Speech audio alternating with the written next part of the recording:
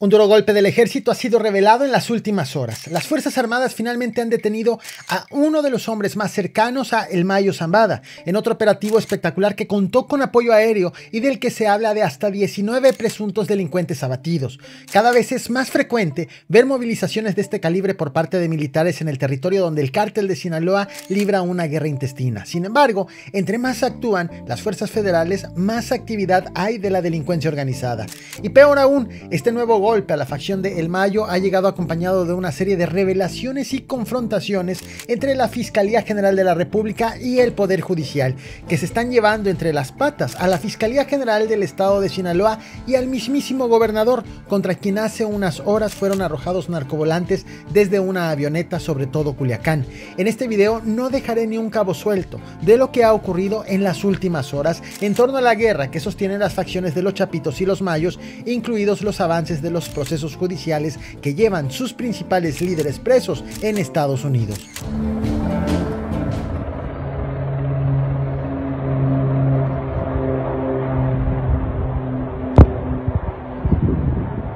Culiacán, Sinaloa fue escenario de uno de los operativos más significativos en la lucha contra el narcotráfico. El blanco Edwin Antonio Rubio López, conocido como el Oso o el Max, un presunto operador del cártel de Sinaloa que actuaba en la región de Sinaloa y Baja California. Este lunes 21 de octubre, elementos de la Secretaría de la Defensa Nacional lograron su captura, según informaron, después de intensas labores de inteligencia y seguimiento para finalmente detenerlo en la localidad de Plan de Oriente. El Oso estaba vinculado con las células que operaban bajo el mando de Ismael El Mayo Zambada.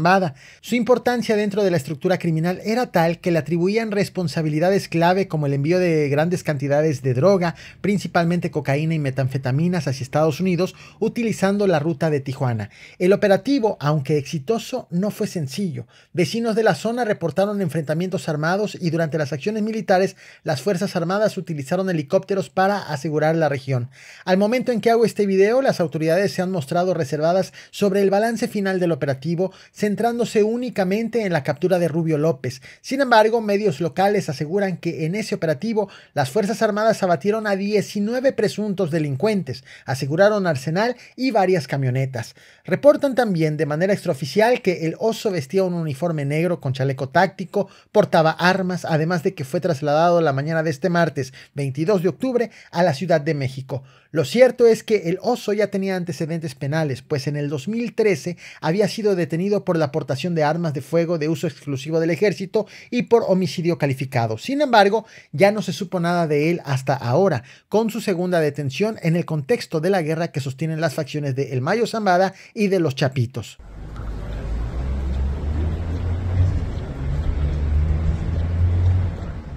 Previamente, las autoridades revelaron el hallazgo de una pertenencia de la delincuencia organizada que reveló parte de sus operaciones, una lista de nombres, presuntamente de víctimas seleccionadas para ser desaparecidas.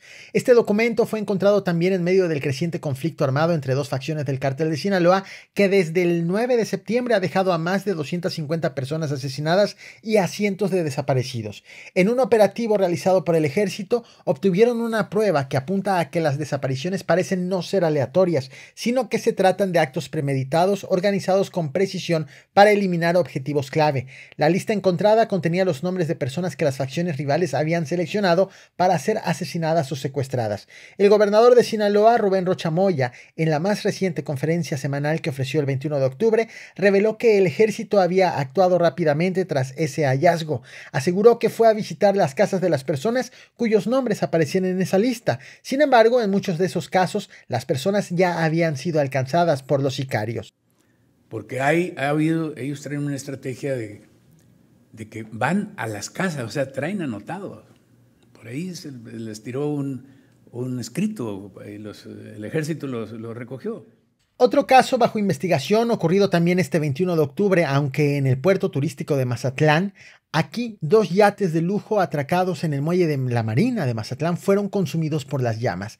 Las imágenes del fuego se viralizaron rápidamente en redes sociales. Las autoridades actuaron de inmediato y los equipos de bomberos junto con Protección Civil acudieron al lugar para sofocar las llamas. A pesar de la magnitud del incendio, no fueron reportadas víctimas, pero los daños materiales fueron significativos, pues los 2 yates están valorados en millones de pesos y quedaron completamente destruidos. Hasta el momento en que hago este video, las causas del incendios seguían siendo un misterio, aunque una de las hipótesis es que el fuego pudo haber sido accidental, provocado durante reparaciones en una de las embarcaciones, pero tampoco descartaron las autoridades la posibilidad de un acto deliberado.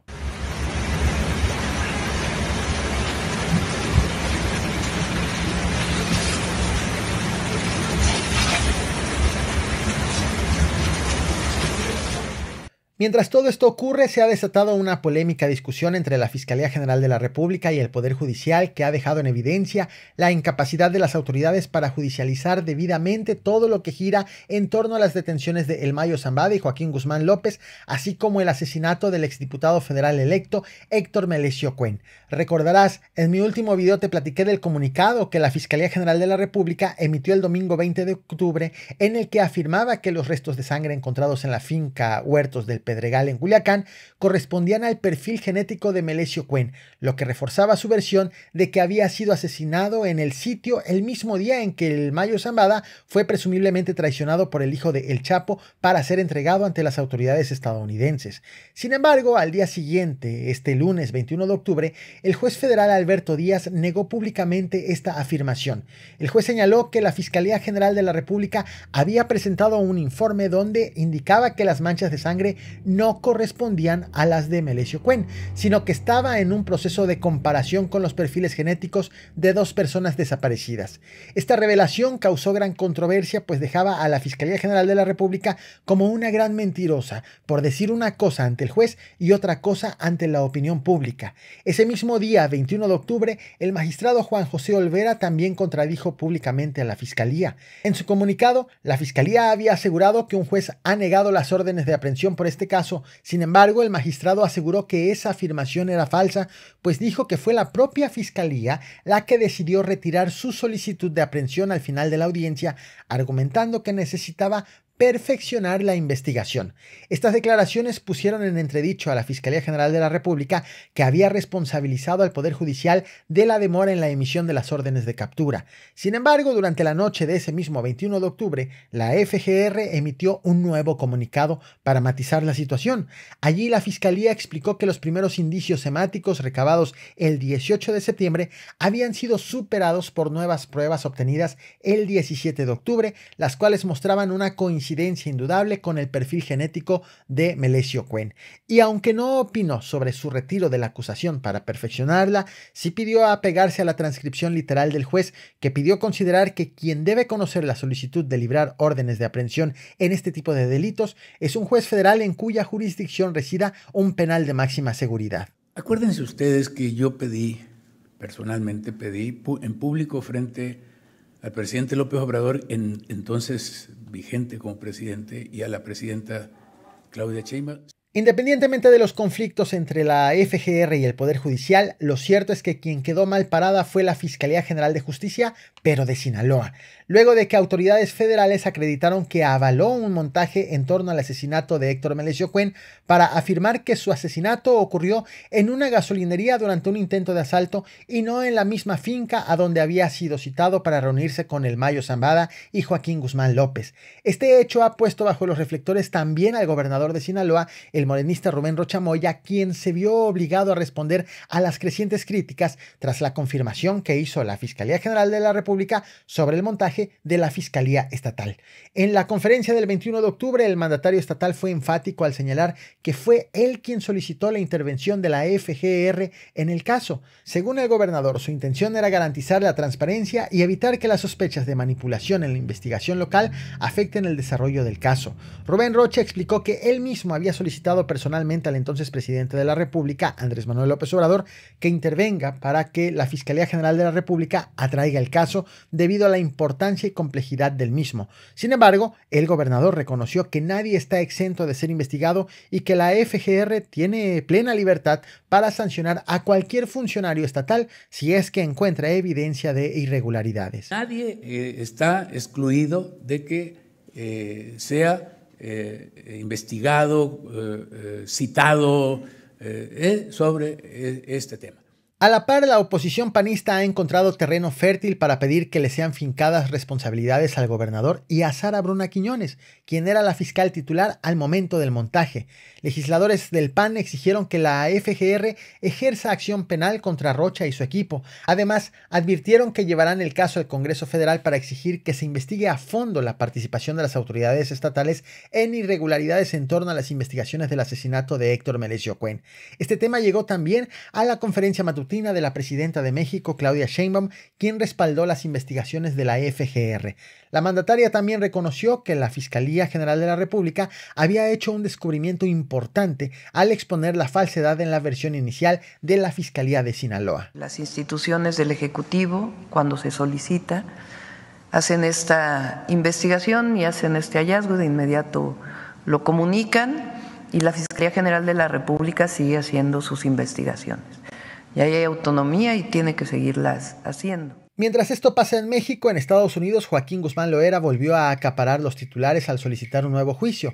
A través de una moción escrita a mano, el Chapo argumentó que su extradición en el 2017 había sido ilegal, ya que según él debió haber sido extraditado a Texas o California en lugar de a Nueva York, donde fue condenado a cadena perpetua en el 2019 por narcotráfico. Esta no es la primera vez que el Chapo intenta reabrir su caso, pero sus intentos anteriores han sido rechazados por el sistema judicial estadounidense. A pesar de esto, el narcotraficante continúa apelando a su derecho a un juicio justo, aunque sus argumentos no presentan nueva evidencia.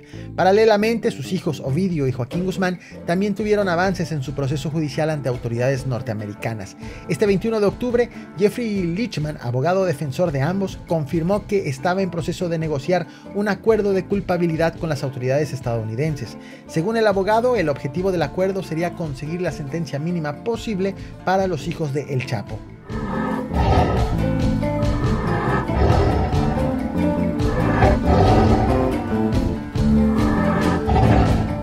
Pero hay más. No todos los afectados por la violencia que hay en Sinaloa son los habitantes. También hay animales entre las víctimas. El pasado fin de semana, las autoridades rescataron a una joven tigresa de Bengala en una finca cercana a Culiacán. Al momento de su hallazgo, este animal se encontraba en condiciones deplorables. Sin embargo, fue puesta a salvo y trasladada al zoológico de Culiacán para recibir atención veterinaria especializada. El director del zoológico aseguró que, pese a todo, la tigresa parecía estar en buenas condiciones generales. Sin embargo, fue sometida a exámenes clínicos para determinar su estado de salud con mayor exactitud.